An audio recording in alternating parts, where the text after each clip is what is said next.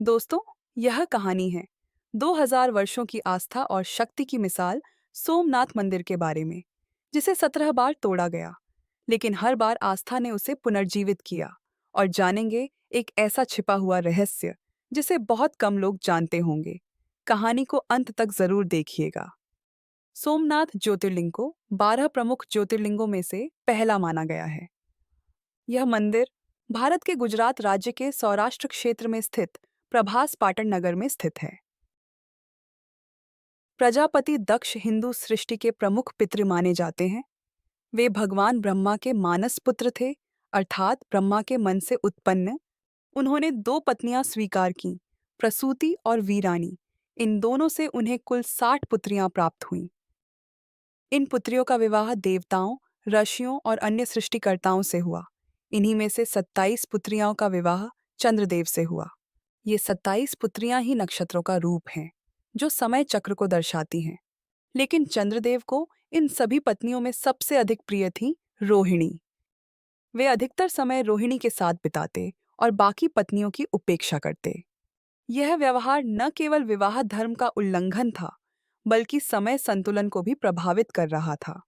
सभी कन्याएं दुखी थीं और अंततः उन्होंने अपने पिता दक्ष से शिकायत की।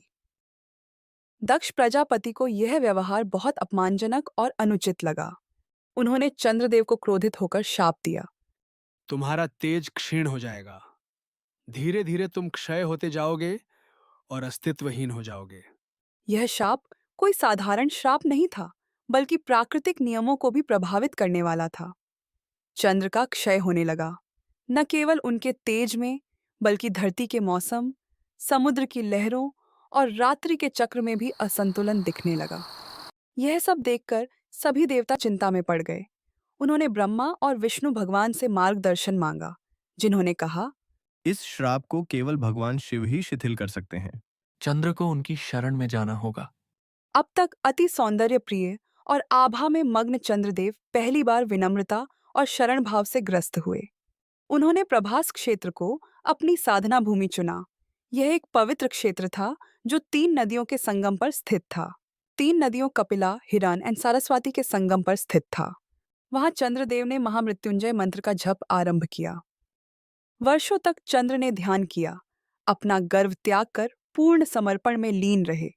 उनके तप से प्रभास क्षेत्र दिव्य हो गया। समुद्र शांत हुआ और नक्षत्रों की गति धीमी हुई। जब चंद्र का तप पूर्ण और निष्कलंक हो गया, तब एक दिव्य रात्रि को भगवान शिव वहां ज्योति रूप में प्रकट हुए।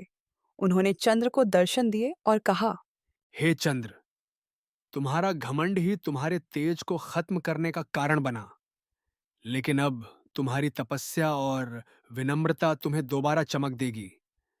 मैं तुम्हें पूरी तरह मुक्त तो नहीं कर सकता, परंतु तुम्हारा तेज अब कला रूप में चलेगा। शिव जी ने चंद्र को शुक्ल पक्ष और कृष्ण पक्ष के रूप में प्रदान किया। 15 दिन चंद्र का तेज बढ़ेगा और 15 दिन घटेगा। यही आज की चंद्रकला है। जहाँ चंद्रदेव ने तप किया और शिव प्रकट हुए, वहाँ शिव ने ज्योतिर्लिंग के रूप में स्वयं को स्थापित किया और कहा, जो कोई इस स्थल पर आकर भक्ति करेगा, मैं उसकी मनोकामना पूर्ण करूंगा। इस स्थल का नाम होगा सोमनाथ। सोम मतलब चंद्र का नाथ। जब व्यक्ति गर्व त्याग कर सच्चे भाव से भक्ति करता है, तब भगवान स्वयं मार्ग बनाते हैं। कहा जाता है कि चंद्रदेव ने मंदिर को सोने से बनवाया, रावण ने इसे चांदी से पुनर्निर्मित किया, श्री कृष्ण ने इसे चंदन से सजाया।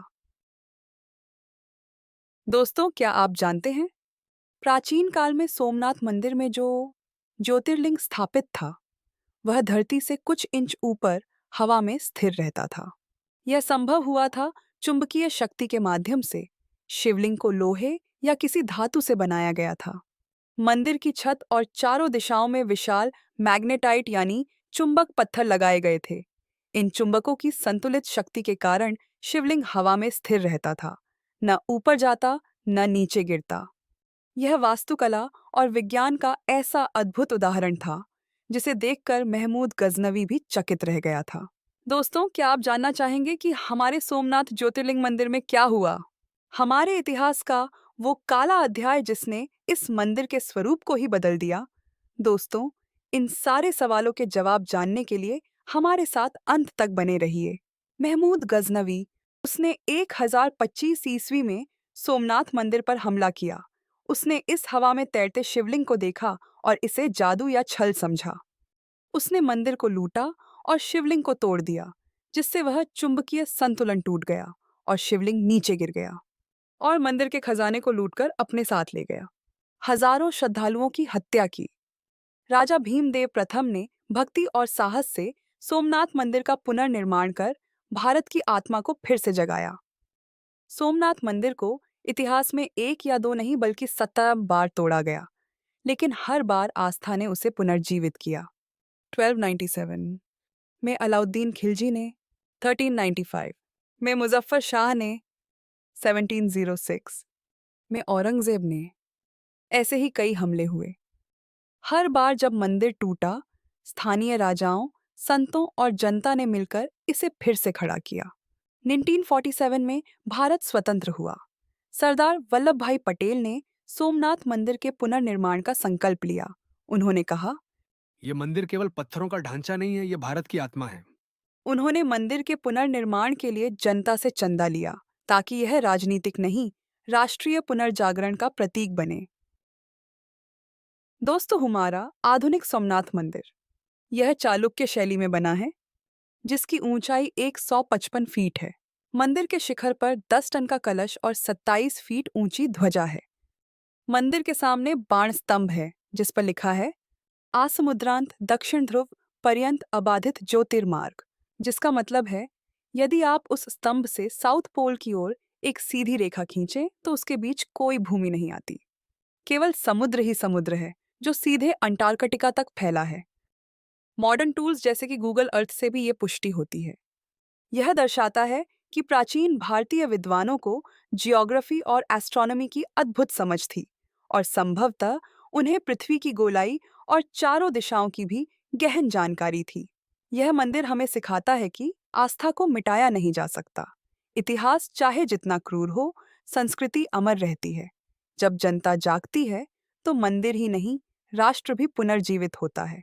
दोस्तों, उम्मीद है कि आपको यह कहानी पसंद आई होगी। ऐसी और भी कहानियां सुनने के लिए चैनल को सब्सक्राइब करें और बेल आइकन पर क्लिक करें।